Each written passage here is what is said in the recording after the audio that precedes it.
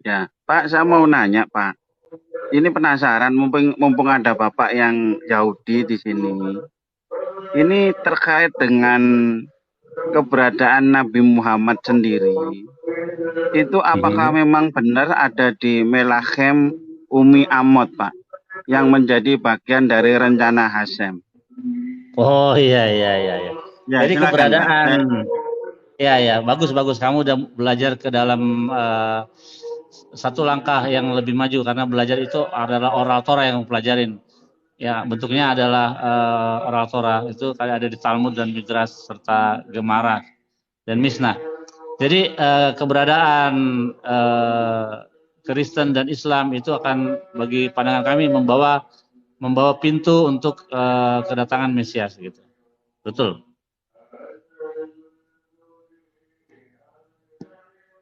Jadi gimana, Pak, pendapatnya tentang keberadaan nama Nabi Muhammad sendiri menurut Bapak pilih? Nabi Muhammad adalah nabi, sama seperti Bileam juga adalah nabi, sama seperti Obadjah adalah dalam nabi.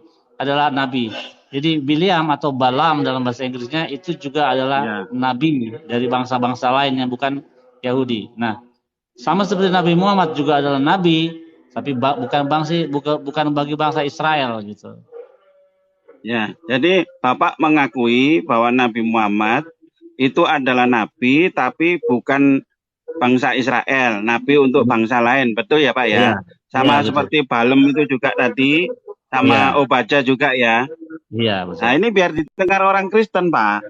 Karena orang Iya. Kristen selama ini tidak pernah mengakui bahwa Nabi Muhammad itu seorang nabi, gitu loh. Ya sebenarnya nggak usah susah, jangan jauh-jauh. Lihat aja Biliam itu orang Moab, Amalek, ya. Dia bukan orang Israel, tapi Tuhan memberikan nabi juga bagi bangsa-bangsa. Kenapa? Di dalam Talmud Ya, dikatakan, jikalau nanti di akhir zaman nanti tidak ada yang bisa mengklaim engkau hanya memberikan nabi kepada Bani Israel. oke, Itu oke. tidak fair gitu. Jadi Jadi diberikan juga pernyataan nabi dari bagi bangsa-bangsa. Oke, pernyataan statement dari umat Kristen yang mengatakan bahwa nabi semua nabi adalah bangsa Israel itu salah ya, Pak? Salah itu kan suruh baca kitabnya lagi dong. Itu Bileam bukan Bani Israel. Bileam itu disebut nabi Tuhan loh. Ya. Kan. Hmm. Sekarang saya tanya, Pak, untuk Bapak, Bapak percaya enggak Yesua Hamasia itu sebagai Mesias? Ya. Kriteria Mesias itu akan membawa kedamaian di Israel khususnya dan damai di bumi pada umumnya. Nah, di era mesianik nanti atau era sang Mesias, dunia akan damai secara global. Nah, waktu Yesus datang tidak ada damai, sampai sekarang belum ada damai. Jadi kemesiasannya gagal. Terus kebangkitan orang Berarti, mati, oke ya, tidak ada orang yang mati lanjut, sudah bangkit lanjut. sampai sekarang seluruh dunia belum ada gitu. Ada 6, itu Ya, tidak saya, digenapi oleh Yesus gitu. oke ya Pak. Ya, berarti pernyataan bahwa Yesua Hamasia adalah Mesias itu Bapak tidak percaya ya Pak? Iya, karena tidak didukung oleh nubuatan para nabi-nabi di dalam kitab Tanakh atau yang mereka sebut Ya, perjanjian ya, lama. oke. Karena ada Bapak di sini bisa memastikan menurut ajaran Kristen Pak bahwa penebusan dosa itu diambil dari Yahudi. Pertanyaan Mhm. saya, apakah Bapak sebagai seorang Yahudi mengakui bahwa penebusan dosa itu dengan darah manusia, Pak, bukan darah binatang? Silakan, Pak. Oke, kita harus kembali ke dalam kitab Waikra atau kitab Imamat. Imamat 1 dikatakan, inilah korban yang harus kau berikan, yaitu dari darah binatang. Nah, jelas ya, binatang. Nah, itu pun korbanot itu diberikan atau dipersembahkan untuk pendamaian bagi dosa-dosa yang sifatnya bisgaga. Saya ulangi lagi, bisgaga artinya dosa-dosa yang tidak disengaja. Bagaimana dengan dosa yang disengaja? Seperti Raja Daud ketika dia meniduri istri orang dan membunuh suaminya, bukankah itu suatu kejahatan yang sangat berat, lebih daripada Verdi Sambo gitu kalau kita melihat sekarang gitu ya. Nah, tapi Daud itu waktu ditegur oleh Nathan, dia mengakui dosanya di hadapan Tuhan, aku telah berdosa, dan Nathan bilang sekarang juga dosamu sudah diampuni.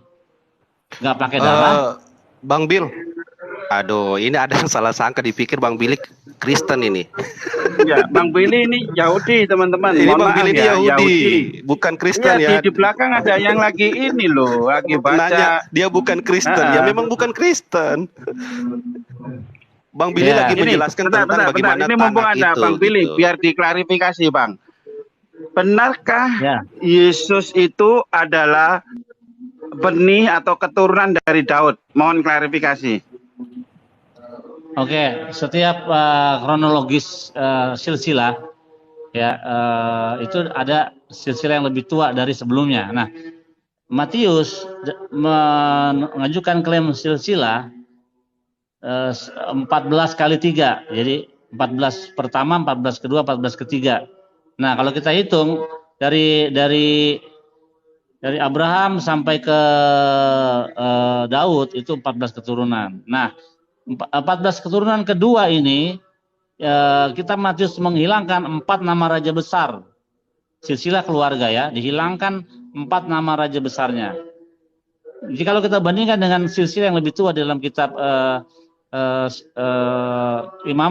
satu Tawarik ya, kitab satu Tawarik itu ada silsilah. Di situ di silsilah itu jelas dibandingkan dengan silsilah Matius itu menghilangkan 4 nama raja besar gitu.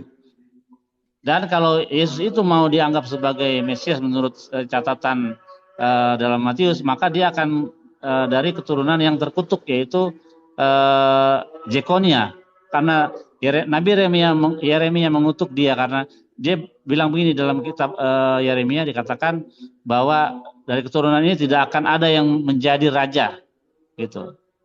Jadi dikutuk oleh Yeremia. Jadi kalau mau diambil ada di situ namanya Yoyakin atau Jekonya, itu nama yang sama. Yoyakin dan Jekonya itu nama yang sama. Berarti dia adalah keturunan yang terkutuk. Gitu. Jadi apakah dia adalah keturunan Yehuda? Tidak, karena dia katanya benihnya dari benih Tuhan. Jadi nggak masuk karena dari keturunan raja-raja dari awal sampai yang akhir tidak ada yang istilah rajanya diadopsi, anak dari adopsian, tapi murni dari darah dan daging turun temurun gitu.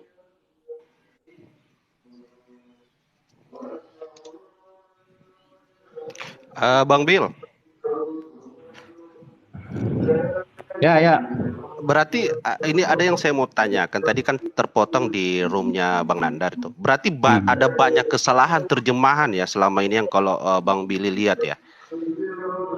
Iya, tadi kan barusan Bang Nandar nemu tuh, makanya saya takut nih nanti dipakai Bang Nandar untuk Aduh, ada yang nanya ini Bang Bill. Aduh, dia bilang, Anda tahu Tanak nggak? Apa Tanak? Waduh, Anda bertanya di orang yang salah ya. Yang punya itu Bang Billy soalnya. Aduh, kasih paham dulu Bang Billy, biar mereka paham ini Tanak itu. Aduh, kita aja ya, Muslim tahu loh Tanak itu apa.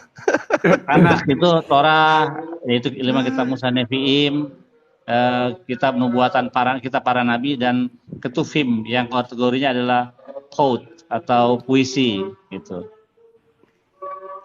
atau sair gitu. Iyalah, Tanak itu harusnya Bang Billy yang memang lebih paham, makanya Bang Billy yang bicara. Aduh, ini teman-teman di bawah ini kadang ada aja. Tapi memang di dunia apologet mereka punya cara-cara, tapi caranya itu pasti mental dengan tekstual. Makanya kenapa orang Yahudi selalu mengajarkan teks baca kepada anak-anak supaya nggak bisa ketika digoyahkan lewat terjemahan. Oh, ini nggak benar, kayak tadi saya nemuin tuh sama Jonathan Nandar, kita nemuin. Iya. Ini nggak benar, ya kan? Translate-nya kan berbeda. Gitu. Nah, kadang kan yang herannya saya ada yang dikurangi Bang, ada juga yang dilebihkan gitu. Ada yang seharusnya tempatnya salah, kayak tadi ya, kan. Betul. Ya, apa namanya, Yesaya dan kitab Samuel, yang harusnya di kitab Yesaya adanya di Samuel. Iya, tadi kan sempat saya ikuti itu juga itu. Iya.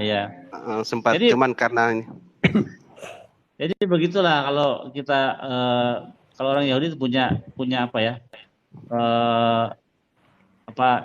Warisan turun temurun untuk masalah kitabnya. Ya, Entah itu dari betul. teksnya, terutama dari teks. Kalau kita nggak bisa main-main dengan teks. Jadi kan ada orang bilang, udah